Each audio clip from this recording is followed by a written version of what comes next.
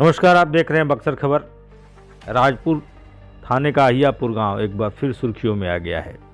वजह इस गांव से सटे ही रसेन गांव में बीते दिन 15 दिसंबर को गोली चली। एक व्यक्ति घायल हुआ और दूसरे की मौत हो गई। यह घटना अपराह्न 5 बजे के लगभग रसेन गांव के ही बधार में कह लीजिए या गांव से कुछ दूरी पर हुई। विजय शंकर चौबे इस गांव के रहने वाले हैं। उनके पैर में गोली लगी है और उनके यहाँ एक रिश्तेदार आए थे, रमाकांत पाठक, अधेड़ थे अवस्था से। उनकी मौत हुई है। उन्हें 4-5 गोलियां लगी जैसा कि पुलिस ने बताया। घायल विजय शंकर चौबे को वाराणसी रेफर किया गया है। उनके दाहिने पैर में गोली लगी है।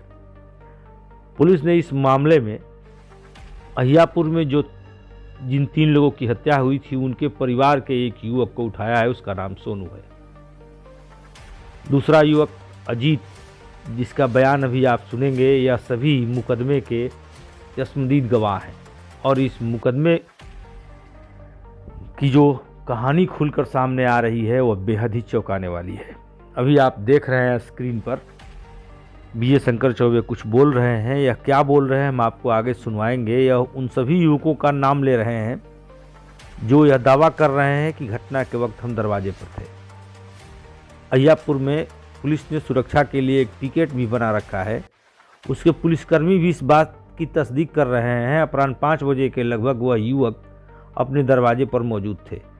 सच क्या है, विजय शंकर चौबे की बात अगर सच नहीं है जो वे कह रहे हैं तो आप सोच सकते हैं हत्या में बदले की नीयत से क्या क्या हो सकता है, या फिर बचाव के लिए कोई किस तरह की साजिश रच सकता है।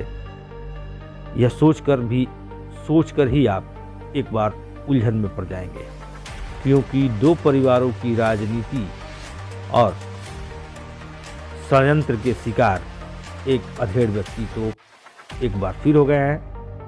रमाकांत पाठक, जो मोहनपुर थाना धनसोई के रहने वाले थे, अब वे इस दुनिया में नहीं हैं। आइए सुन लेते हैं हम विजय शंकर चौबे का बयान। हमन के कोई नहीं जब मैदान होके खातिर उ कलन के हम उनका कहवे कि लेटरिन में मैदान होकली तो कहवन के नहीं हम तोहरे चलो जे नहीं हमन के गाँव जा ना बरजुमन तो चल गई हम संगे गाँव जा तो तोहरत रहन हम और हम संग ही संगे कल बहा वो पास से जरिए हमने के छवर पर छवरिया के जरिए बहा बा दक्षिण साइड में और बाहर की ओर से तले बोलवे एगो मार मार मार मार मार तले हम देखा था कि 4-5 आदमी बहा पर चढ़ता ऊपर में है छवर पर उमले 2 चलक बसन गोली। अब जान ली कि हमारा लाग हुए तले यहाँ का जन पानी तो हमारे संधी साहेब बाजगुवन तले हमारा भागे के टाइम मिल हुए भगवे फायरिंग जाने की कुल घोड़ा मारे शुरू कर बसन। हमारा तो एक लागल है कि 2 लागल है और बाकी अब का जन बैठी हो तो मर गलन हमारा जन अरे 15-20 फायर 15 फायर ले कम ना। ये अहियापुर के लोग थे। पहचान रहे हैं? हाँ। क्या नाम? अजीत कुमार सिंह, गुरु सिंह, सोनू सिंह, मुन्ना सिंह, श्री सिंह, सिकंदर सिंह, अमित सिंह। आप लोगों से पहले से किसी तरह की? हमारा से पहले से कोनो अदावत ना रहा। एगो हमार दामाद रहन उनके खातिर हमार ट्रक उनकर फंसल रहा वही ट्रकवा छोड़ावे खातिर हम जात नहीं आवत रहनी। मैंने अहियापुर में जो ट्रक पकड़ी गई जी वही ट्रक हम बेल करावे खातिर जाते आवत रहनी। अच्छा, जो बालू की गाड़ी क्या नाम है आपका? विजय शंकर चौबे। अभी आपने घायल विजय शंकर चौबे की बात सुनी। गोली चलाने वालों में अजीत भी था। अजीत की बात हम आगे आपको सुनवाएंगे। आइए सुन लेते हैं पुलिस पिकेट पर तैनात उन पदाधिकारियों की बात जो बता रहे हैं कि घटना के वक्त जिस समय के आसपास की घटना है वे युवक अपने दरवाजे पर ही थे। कल शाम को जो घटना हुआ है उस समय हम लोग सब साथी में दरवाजे पर बैठे हुए थे। ये हम लोग का ये पर्सनल मेरे बॉडीगार्ड है और यहाँ पर सुरक्षा के लिए दरवाजे पर पिंटू जी हैं, ये अनिल जी हैं। और इनसे बोलिए उस समय कहाँ थे घटना का? कस के बोलिए। सब ऐसे था। सब लोग एक ही जगह पर हम लोग साथी में थे क्या पिंटू जी? सब लोग बैठ करके हम लोग वहाँ पर कोड़ा लगा करके ये लोग यहाँ पर बैठे हुए थे, हम लोग वहाँ पर बैठ करके अपना काम कर रहे थे। गपशप अपना हो रहा था और उसी बीच घटना हुआ है। अब फंसाने की साजिश चल रही है, इसमें सीबीआई जांच होनी चाहिए। अब आप अनुमान लगाइए सच कौन बोल रहा है। घायल विजय शंकर चौबे बोल रहे हैं, पुलिस द्वारा तैनात सिपाही बोल रहे हैं, अजीत बोल रहे हैं। आपने विजय शंकर चौबे की बात सुनी होगी, उन्होंने अजीत का भी नाम लिया है। 5-7 लोगों का उन्होंने उल्लेख किया। शाम में शौच के लिए हम लोग बाहर निकले थे अपराह्न 5 बजे के लगभग और गोली चलने लगी। घटना के बाद अहियापुर पूरे प्रदेश में सुर्खियों में रहा। गोली 5 को लगी थी, भले ही हत्या 3 की आज जिक्र हो रहा है, अब तो चौथी हत्या भी इस मामले में हो चुकी है। पप्पू यादव यहाँ पहुँचे थे, उन्होंने कहा राष्ट्रपति से मिलेंगे, राज्यपाल से मिलेंगे, इंसाफ के लिए क्या नहीं करेंगे। हालांकि इस घटना से पुलिस बहुत ही खफा थी। तिहरे हत्याकांड में अब तक हथियार बरामद हैं या नहीं यह बात पता नहीं है। 18-19 लोगों के खिलाफ प्राथमिकी दर्ज हुई थी, 6 लोग अभी भी फरार हैं, अर्थात 12-13 लोग हिरासत में जा चुके हैं। पुलिस ने कुर्की की कार्रवाई की और उसी का फाइल फुटेज आप देख रहे हैं।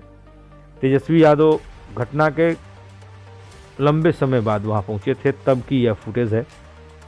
इस भीड़ में आप देखेंगे पीड़ित परिवार से मिलकर के तेजस्वी यादव निकल रहे हैं। इस घटना के मुख्य आरोपियों में मनोज यादव, संतोष यादव हैं, जो जिला परिषद के अध्यक्ष के पति हैं मनोज, और संतोष उप मुख्य उपाध्यक्ष भी रहे हैं। अभी जो तस्वीर आपको सामने कैमरे पर दिख रही है अजीत की है, इनके पिता की हत्या हुई है।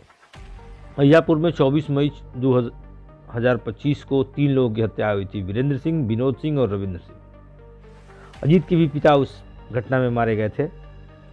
यह इनका पिछला फुटेज है। अभी जो उन्होंने अपना वीडियो जारी किया है इस घटना को लेकर के, आइए उससे सुन लेते हैं। तकरीबन 5-6 बजे के करीब में रसेन में घटना हुआ है।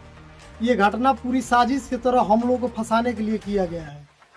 हम शाम को या सुबह से ही पूरे परिवार के साथ हम लोग यहीं पर है और एनी 24 आवर प्रोटेक्शन यहाँ दिया गया है। और हम लोगों को फंसाने के लिए 2 हत्या की गई है रसेन में। और हम लोगों को फंसाने के लिए 23 तारीख को मेरा केस चार्ज होने वाला था। 23 तारीख को केस चार्ज होने वाला था। चार्ज से पहले ही ये घटना किया गया है कि ताकि परिवार को फंसा दे, ताकि ये लोग केस मैनेज कर ले। इसी के लिए पूरा साजिश की तरह मेरे घर के प्रशासन घर से एक लड़का को, मेरे भाई को उठा करके लेकर के गई है। हम लोग को पूरी कोशिश की जा रही है फंसाने के लिए, केस मैनेज करने के लिए ये काम करवाया जा रहा है। अहियापुर जो तिहरा हत्याकांड हुआ है उसमें केस मैनेज करवाने के लिए मुख्य आरोपी संतोष यादव, मनोज यादव द्वारा ये जेल से पूरा प्लानिंग के साथ हम लोग को फंसा करके केस मैनेज करवाना चाह रहा है। पहले 10 बीघा खेत और 2 करोड़ रुपया 3 करोड़ रुपया वो मैनेज करवाने की बात कर रहा था। हम लोग मैनेज नहीं किए तो अब मर्डर करवा रहा है, हम लोग को फंसाने की कोशिश करवा रहा है। पूरे परिवार को जान का खतरा है। अभी हम मेरे घर से एक लड़का पहले से मारने का भी धमकी दे रहा था, आज घटना करवा दिया। उस घटना में हम लोग को फंसाने के लिए, केस मैनेज करने के लिए फंसा रहा है। सब पूरा प्रोपेगेंडा, उसका परिवार, उसकी वाइफ, सब लोग करवा करके जेल में फोन से बात होता है और सब लोग फंसाने की कोशिश किया जा रहा है। हमको यहाँ पर सुरक्षा मिला हुआ है, मेरा सुरक्षा बल मेरे साथ था। आए पे थाना प्रभारी और मेरे घर से उठा करके भाई को लेकर के चले गए। ये पूरा प्लानिंग के साथ हम लोगों को फंसाया जा रहा है। माननीय मुख्यमंत्री जी और उप मुख्यमंत्री जी से निवेदन है कि इसकी पूरी तरह से कार्रवाई होनी चाहिए, इसमें सीबीआई जांच होनी चाहिए। पिटीशन भी डाले थे थाना पे, इसका हम पिटीशन भी था थाना पर, सीजीएम के पास, जिला जज के पास, हाई कोर्ट तक पिटीशन डाले हैं कि हमको जहरीला पदार्थ दे करके हम लोग गोली हत्या करवा करके मैनेज करवाने का साजिश चल रहा है। अहियापुर और रसेन में जो हो रहा है यह सबको परेशान करने वाला है। पुलिस सच का पता लगा रही है। अगर अजीत, सोनू आदि ने मिलकर इस घटना को अंजाम दिया है तो यह बात पच नहीं रही है। पत्रकारिता का भी अपना धर्म है। सच की गवाही तो हम नहीं दे सकते, लेकिन सवाल तो खड़े होने लाजमी है। जो युवक अपने दरवाजे पर मौजूद थे उन लोगों ने गोली कैसे चलाई? घायल विजय शंकर चौबे के साथ मनोज और संतोष का पुराना रिश्ता रहा है, भले ही उन्होंने ट्रक का हवाला दिया हो। सच क्या है पुलिस पता लगा रही है और इस मुकदमे ने एक बार फिर बक्सर पुलिस को भी कटघरे में ला खड़ा किया है। मिलते हैं किसी अन्य खबर के साथ, तब तक के लिए धन्यवाद।